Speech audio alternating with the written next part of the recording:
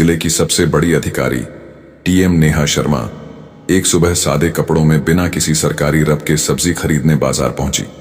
उनके चेहरे पर सादगी थी, चाल में आत्मविश्वास, लेकिन किसी को अंदाजा तक नहीं था कि यह महिला इस जिले की डीएम है। नेहा सीधा एक ठेले के पास जाकर रुकी, जहां एक करीब 30 साल की सब्जी वाली औरत सब्जियां बेच रही थी। नेहा ने मुस्कुराकर उससे सब्जियों के दाम पूछे ही थे कि तभी एक छोटा बच्चा दौड़ता हुआ आया और उस औरत से लिपट कर बोला, मम्मी मुझे स्कूल छोड़ दो ना, लेट हो रहा है, नहीं तो टीचर डांटेंगे। सब्जी वाली बोली, बेटा थोड़ी देर रुक जा, मैं पहले इनको सब्जी दे दूं, फिर तुझे छोड़ने चलेंगे। बच्चा जिद करता रहा, नहीं मम्मी अभी चलो ना, प्लीज बहुत देर हो गई है। यह सब देखकर डीएम नेहा शर्मा का दिल पसीज गया। वो मुस्कुराकर बोली, आप बच्चे को स्कूल छोड़ आइए, मैं आपकी दुकान संभालती हूं। सब्जी वाली थोड़ी हिचकिचाई, पर नेहा के भरोसे भरे लहजे ने उसे हिम्मत दी। उसने कहा, ठीक है बहन, मैं जल्दी लौट आऊंगी। और फिर वो अपने बेटे को लेकर स्कूल की ओर निकल गई। इधर नेहा ठेले पर खड़ी थी, चारों ओर के माहौल को गौर से देख रही थी। तभी एक मोटरसाइकिल ठेले के पास आकर रुकी। उस पर बैठा इंस्पेक्टर आदित्य वर्मा था। उसने उतरते ही थोड़ा तंज में कहा, तू कब से यहां सब्जियां बेचने लगी? यहां तो एक औरत हुआ करती थी, वो कहां गई? नेहा कुछ कहती उससे पहले ही वह सब्जी वाली औरत वापस लौट आई। इंस्पेक्टर को देखकर उसके चेहरे पर घबराहट छा गई। झुककर बोली, क्या चाहिए आपको इंस्पेक्टर साहब? जो मन हो ले लीजिए। इंस्पेक्टर ने बेजा हुक्म दिया, आधा किलो टमाटर दे, 1 किलो भिंडी और आधा किलो परवल भी देना। औरत ने बिना कुछ कहे जल्दी जल्दी सब्जियां तौल दी। इंस्पेक्टर बिना एक भी पैसा दिए मोटरसाइकिल पर बैठा और चलता बना।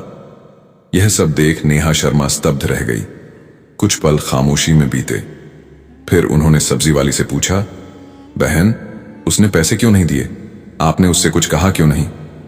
औरत की आंखों में मजबूरी साफ दिख रही थी। धीमे स्वर में बोली, बहन क्या कहूं, यह इंस्पेक्टर रोज ऐसे ही सब्जियां ले जाता है।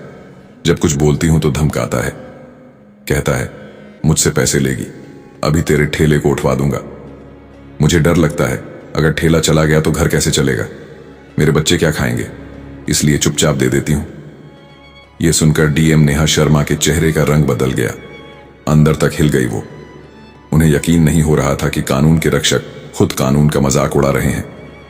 उन्होंने गंभीर स्वर में कहा, बहन अब ऐसा नहीं होगा, मैं अब आपके साथ हूं, इंसाफ दिलाना मेरा फर्ज है।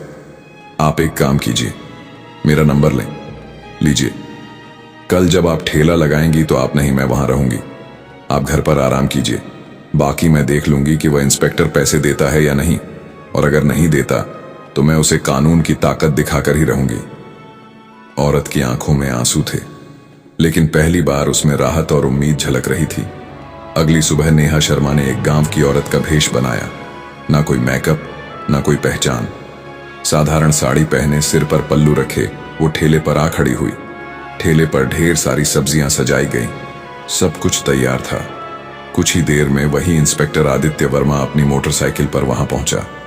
इंस्पेक्टर आदित्य वर्मा ने अपनी मोटरसाइकिल ठेले के पास लगाई और घूरते हुए बोला, क्या बात है, आज फिर तुम यहां? वैसे तुम उसकी क्या लगती हो?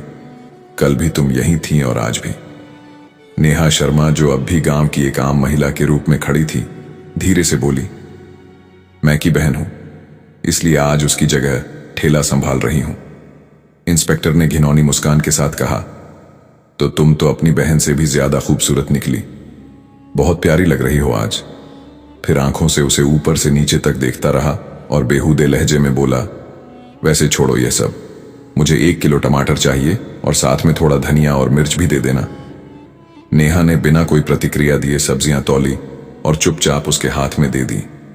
जैसे ही इंस्पेक्टर सब्जियां लेकर पलटने लगा और मोटरसाइकिल स्टार्ट की, नेहा ने सख्त आवाज में कहा, रुकिए, आपने अभी तक सब्जियों के पैसे नहीं दिए, सब्जियों के पैसे दीजिए, ऐसे नहीं चलेगा। इंस्पेक्टर झुंझुलाकर बोला, कौन से पैसे? मैं तो रोज फ्री में लेता हूं, अपनी बहन से पूछ लेना, वो तो कुछ नहीं कहती, और तुम ज्यादा जुबान मत चलाओ मेरे सामने। वो फिर से जाने लगा। तभी नेहा ने तेजी से कहा, आप मेरी बहन से चाहे जैसे लेते हो, लेकिन मुझसे नहीं। सब्जियों के पैसे देने होंगे। हमें भी पैसे खर्च करके ही ये सब्जी लानी पड़ती है, और अगर हम एक दिन सब्जी ना बेचे तो हमारे घर का चूल्हा नहीं जलता। आप जैसे लोग फ्री में सब्जी ले जाकर हमारे पेट पर लात मारते हैं। इतना सुनना था कि इंस्पेक्टर का घमंड भड़क उठा। उसने गुस्से में आकर एक जोरदार थप्पड़ नेहा के गाल पर जड़ दिया। नेहा लड़खड़ाई, लेकिन खुद को संभाल लिया। आंखों में आंसू थे, लेकिन आत्मसम्मान अब और चुप रहने को तैयार नहीं था।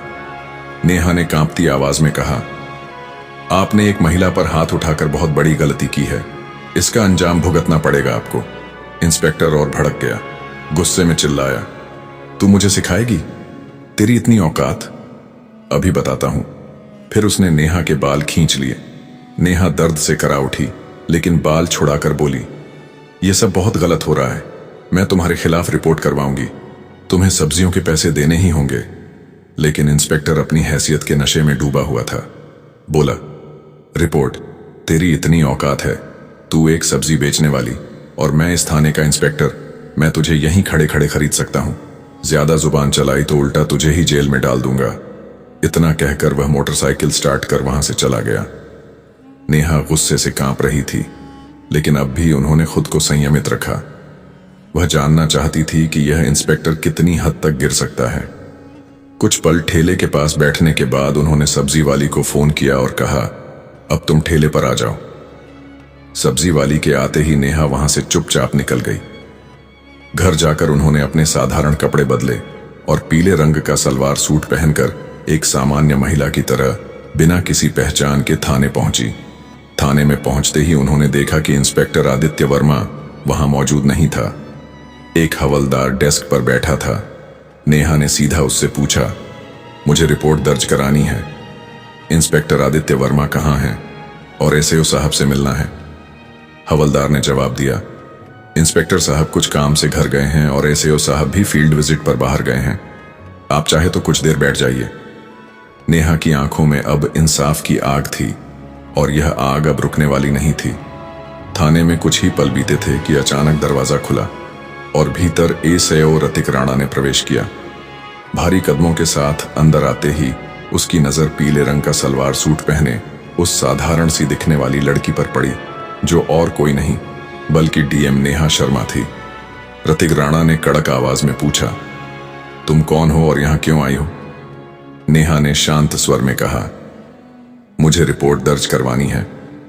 यह सुनकर रतिक राणा व्यंग में मुस्कुराया और बोला, रिपोर्ट करवानी है तो पहले कुछ खर्चा पानी लाया है। यहां रिपोर्ट दर्ज कराने के लिए 10 से 20 हजार लगते हैं।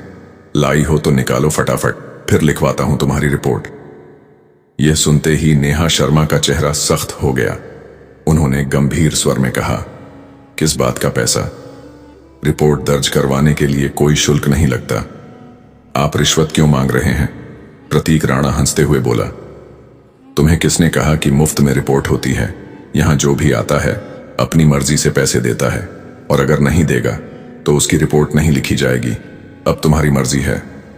नेहा ने गहरी सांस ली, फिर बोली, ठीक है, लीजिए RS-10, अब रिपोर्ट लिखिए।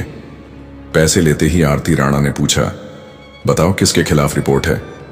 नेहा ने गंभीर होकर कहा, इंस्पेक्टर आदित्य वर्मा के खिलाफ। उन्होंने एक सब्जी बेचने वाली औरत से बदतमीजी की। रोज उसके ठेले से बिना पैसे के सब्जियां उठाते हैं, और जब मैंने विरोध किया तो मुझ पर हाथ उठाया। मैं इस पर सख्त कानूनी कार्यवाही चाहती हूं। रतिक राणा का चेहरा स्याह पड़ गया। घबराहट उसके चेहरे पर साफ दिख रही थी। उसने हकलाते हुए कहा, वह तो हमारे थाने के सीनियर इंस्पेक्टर हैं, और वैसे भी अगर कोई फ्री में सामान दे दे तो इसमें क्या गलत है? हम पुलिस वाले हैं। अब ऐसा नहीं होगा। थोड़ा बहुत चलता है। कल मैं नेहा अब सब समझ चुकी थी। ये सिस्टम अंदर से सड़ चुका था। ये केवल वर्दी नहीं, गरीबों की मजबूरी का सौदा कर रहे थे। उन्होंने कुछ नहीं कहा, बस चुपचाप थाने से निकल पैसे क्यों नहीं गए। लिए? लेकिन उनकी आंखों में अब एक आग जल चुकी थी। अगले दिन सुबह डीएम नेहा शर्मा वर्दी पहनकर गाड़ी से सीधे उसी थाने में पहुंची। साथ में उनके सरकारी गार्ड्स भी थे। थाने के गेट पर वर्दी में उन्हें देखकर सारा स्टाफ हक्का बक्का रह गया। अंदर घुसते ही इंस्पेक्टर आदित्य वर्मा और एसएचओ रतिक राणा दोनों मौजूद थे। दोनों के चेहरे पर हवाइयां उड़ गईं जब उन्होंने सामने उसी लड़की को देखा जिसे उन्होंने अपमानित किया था। लेकिन आज वह आम औरत नहीं थी, बल्कि जिले की डीएम थी। घबराए हुए दोनों एक साथ बोले, आप कौन हैं और यह वर्दी क्यों पहनी है? नेहा की आंखें अब एक अधिकारी की गरिमा से चमक रही थीं। उन्होंने गंभीर स्वर में कहा, वर्दी नहीं दिख रही। मैं हूं इस जिले की डीएम नेहा शर्मा, और मैं अब सब जान चुकी हूं कि इस थाने में किस तरह गरीबों को धमकाया जाता है, उनसे पैसे ऐंठे जाते हैं और कानून के नाम पर अत्याचार किया जाता है। दोनों के पांव तले जमीन खिसक गई। घबराहट में उनकी आवाज कांपने लगी। मैडम, ये क्या कह रही हैं आप? अगर आप वाकई डीएम हैं तो हमें कोई आईडी दिखाइए। नेहा ने बिना एक शब्द कहे अपने बैग से सरकारी पहचान पत्र निकाला और आरिक राणा के सामने रख दिया। आईडी देखकर रतिक राणा के हाथ कांपने लगे। उसके चेहरे से सारा रंग उड़ गया। तुरंत हाथ जोड़ते हुए नीचे झुक गया। माफ कर दीजिए मैडम, मुझे नहीं पता था कि आप डीएम मैडम हैं। मुझसे बहुत बड़ी गलती हो गई। पीछे खड़ा इंस्पेक्टर आदित्य वर्मा भी अब तक घबराया हुआ था। वह भी हाथ जोड़कर बोला, मैडम जी, माफ कर दीजिए। जो हुआ गलती में हुआ, आगे से कभी नहीं होगा। दोनों अधिकारी अब शर्मिंदगी में सिर झुकाए खड़े थे, लेकिन डीएम नेहा शर्मा की आवाज में अब कोई नरमी नहीं थी। उन्होंने कठोर स्वर में कहा, आज से तुम दोनों सस्पेंड हो।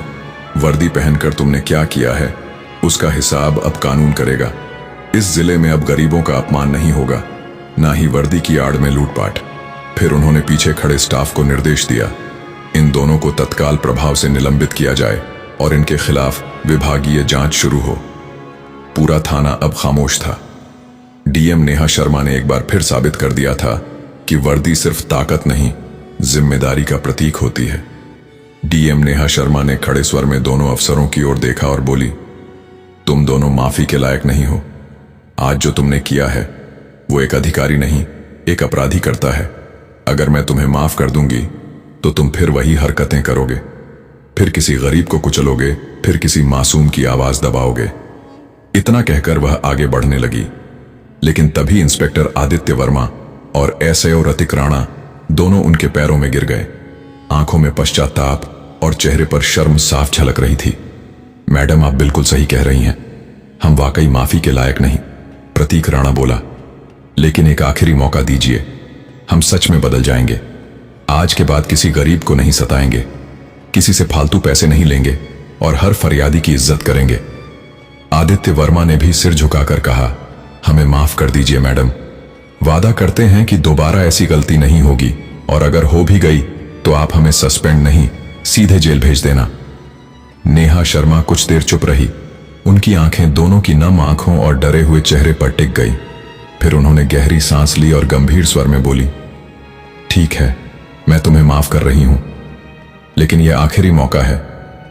अगली बार अगर किसी भी गरीब की आवाज मुझ तक पहुंची, अगर फिर किसी ने कहा कि थाने में अन्याय हुआ है, तो मैं तुम दोनों को सिर्फ सस्पेंड नहीं, सलाखों के पीछे डालूंगी, और इस बार कोई माफी नहीं होगी। दोनों अफसरों ने सिर झुका लिया।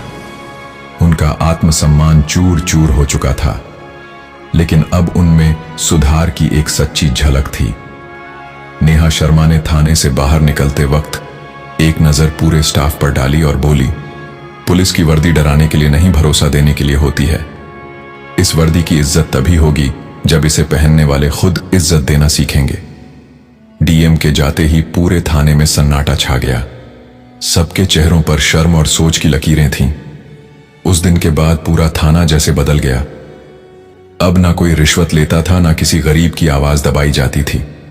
हर फरियादी की बात सुनी जाती, रिपोर्ट बिना पैसों के दर्ज होती और सड़क से बाजार तक हर जगह पुलिस लोगों की मदद करती नजर आने लगी। सब्जी वाली औरत भी अपने ठेले पर मुस्कान के साथ बैठती थी, क्योंकि अब उसे किसी का डर नहीं था। यह कहानी हमें सिखाती है कि हिम्मत और ईमानदारी से बड़ी कोई ताकत नहीं होती। अगर किसी पद पर बैठा व्यक्ति अन्याय करता है तो उसकी वर्दी नहीं, उसके कर्म बोलते हैं।